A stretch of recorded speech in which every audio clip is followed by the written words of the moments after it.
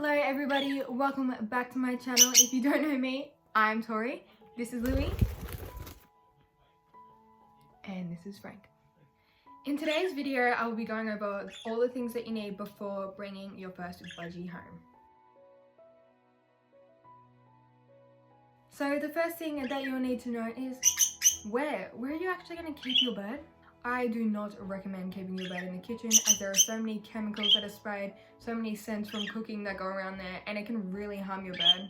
This is because they have such a fragile respiratory system, and any fumes from cooking or a candle can really harm them and they can sadly pass away.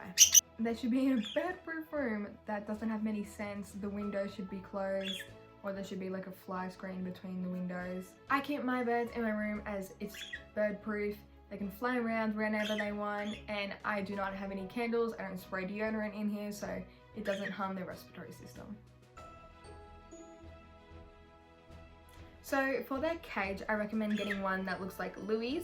I recommend this because if you get your first bird, it's a really good size cage for them. They can get around, and you would rather cages wider than tall so they can fly easier. This is because budgies, they fly on a diagonal, and they don't fly straight up. So if the cage is wider, there's more room for them to fly around. And most of the time when you get a bird and you plan on getting one, you will definitely end up getting a second one. So if you get that cage, you can fit 2 budgies in there nicely. Alright, you've got your cage, you know where you're gonna put it. What toys are you gonna need? I have already made a few videos related to toys, and they are DIY toys that you can make yourself, what toys that you should buy for your budgie, and how to actually set up your bird cage. All of these videos will be linked down in the description, or you can click the top right corner of the screen. Other items that you will need in the cage are a cuddle bone, mineral block, an iodine bell, or a calcium bell. These things are just good for your bird's overall health, and they actually help keep the bird's beak grinded down. These should be in the cage at all times, and same goes with food and water, obviously. There should be fresh water in their water bottles every day, and you should refill up their food every day as well. And I highly recommend keeping newspaper at the bottom of the cage. It just makes things so much easier to clean, as all you have to do is lift out the newspaper, put the newspaper in the bin, and put more newspaper down. So for the food, you will need a good quality seed and good quality pellets. Everyone has their own opinions on what's better to feed your budgie, pellets or seeds. Even vets argue over this. Now, just to be safe, I give my birds seeds and pellets. I just do a mix of both. Louie and Frank, they don't eat pellets. Well, Louie hates them. Frank will sometimes eat them. So what I do is I grind up all the pellets into like a dust or a powder, and I pop that over the seeds. So when I feed them the seeds, they at least are eating some of the pellets. But you cannot just feed your bird pellets and seeds. They also need fresh foods like vegetables and fruits. This is to keep your bird in top health. And I highly recommend feeding them spinach, any kind of like leafy green that is okay for them to eat, because they are just full of great stuff. My birds love grass, spinach and corn, so I feed that to them pretty much every day, or I just pick one of them and feed it to them that day. It is very important to get your birds to eat vegetables, so as soon as you bring them home, I would start to introduce vegetables. It's a lot easier to get a bird who is young to eat veggies than a bird who is older to eat them. And when you bring your bird home, just have some treats already in the cage. This will just make them feel safer, and they have just probably been in a car ride, they're freaking out, and the treats, it'll be just like oh, it's not that bad here. Another great thing to have is a bird like cage cover. I use this to cover the birds' cages at night. It's just like a sarong that I got from Bali. It's a very thin, breathable material. This is important because you wouldn't want to cover the cage with something thick, because it will stop the airflow and it'll just make it really hot and humid in there. I recommend covering them, especially if you are in an area where people are moving around a lot at night, because one, makes them feel safer, and 2, it's darker so they'll go to sleep. And when you are covering the cage, only cover 3 sides of it and leave the back side against the wall open. This is just for the airflow.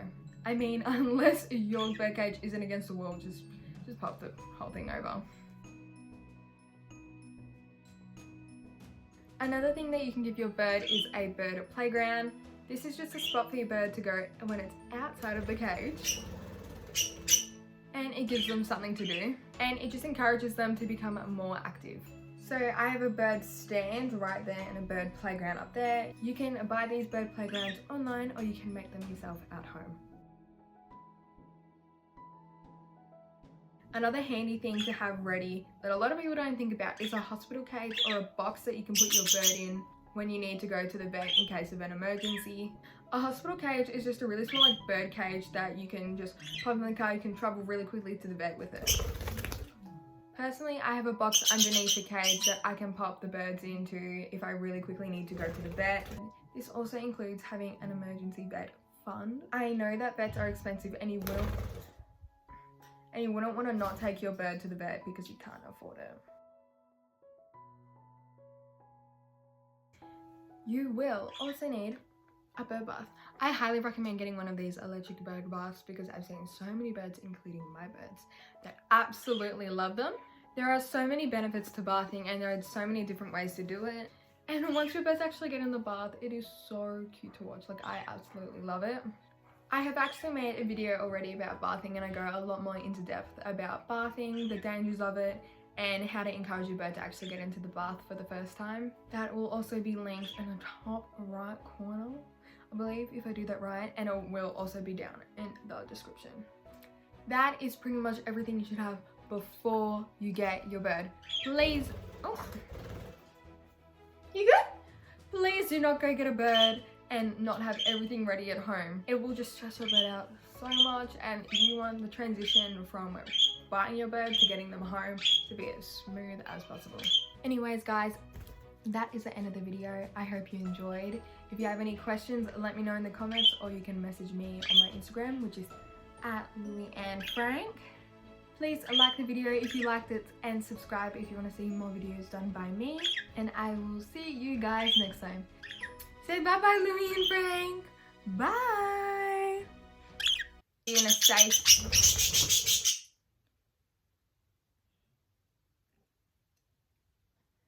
Hi. Okay. You're so.